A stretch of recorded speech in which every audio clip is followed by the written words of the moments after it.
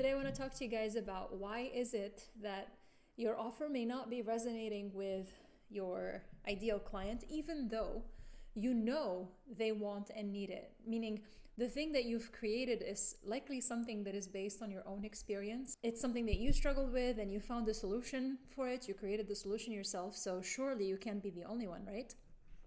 So why is it that now when you go back and share it with other people, it's not resonating? This is one of the biggest mistakes spiritual creatives make, which is confusing brand promise for offers and trying to define the offers a little bit too soon.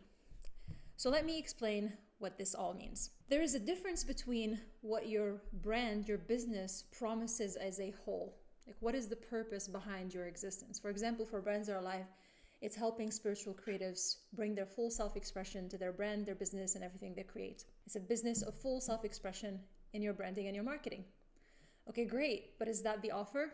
Not really. Like, if I try to sell that as an offer, if I put that on a sales page or something, likely very few people are going to be interested unless they have already experienced that pain, have such a high level of awareness of the problem and the solution, and they're actively seeking this solution, and then they come across it and they go, oh, my problems are solved through full self-expression, through a brand of full self-expression, so this is what I'm going to buy.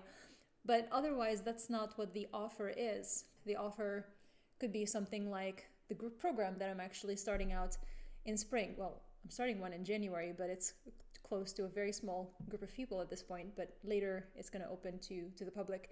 Or the Brand Essence Amplifier, which is the signature program. But all of these things are different offers. Their offers could be one-on-ones, they could be group programs, they could be courses, they could be done for you, done with you. All of these specs, these specifics of what is the customer paying money for? Like, what are they getting in exchange for their money?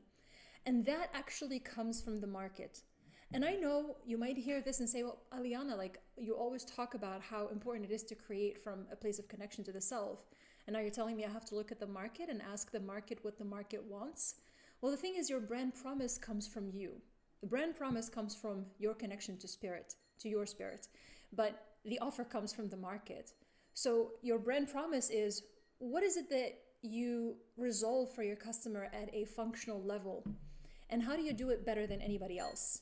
This is not a matter of competition. This is a matter of being in your full self-expression. And when you do that, you are resolving it better than anybody else because you're bringing your full self-expression. So it's not replaceable. It's something that's uniquely yours, that's created based on your connection to your higher self, based on your connection to your story, to your life, excavating your own personal journey and bringing your gifts back to the world. That is your brand promise. That should 100% be coming from you. That is the place where you look within first and figure out, like, this is the change I seek to make in the world. This is the impact I want to make. This is what I want to do. This is what I want to create.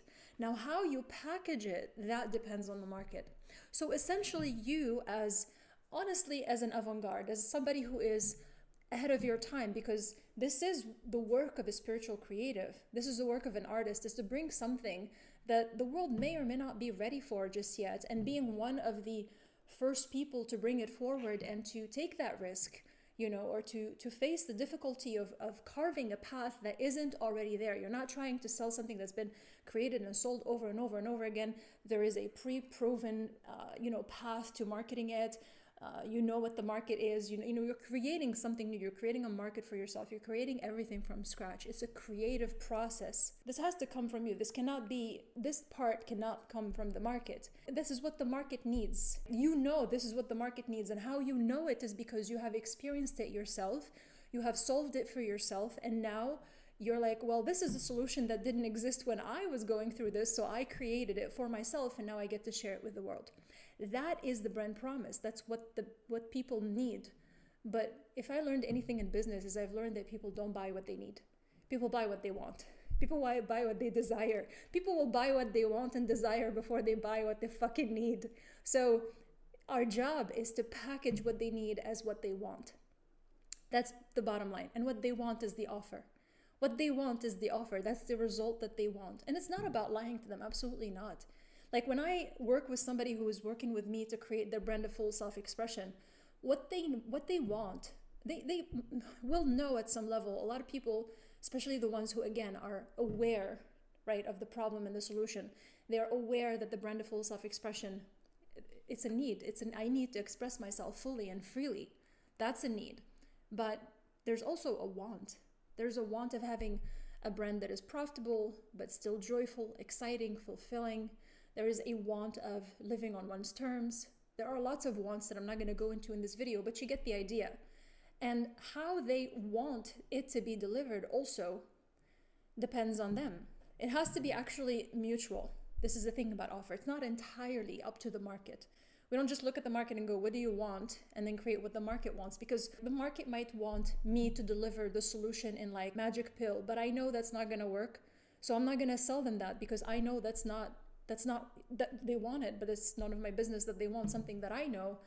I can't give them what they need, packages what they want. But if I can, then I will absolutely do that, because that's how you motivate people to consider it. So this is the part where a lot of spiritual creatives make the mistake of saying, well, I already know this problem. I already know this audience. I already know the problem solution. And then they go and in their own minds, in the echoes of their own heads, they will start to create and craft the specifics. This is how it's going to be. The offer is going to be 6 weeks, and it's going to be a journey of blah, blah, blah. And it's going to be like this many sessions, and you get these benefits, and you get these bonuses, and you get this, and you get this, and you get this. And they present that. And then when it doesn't work, before they speak to people, before they speak to their audience, they start changing things.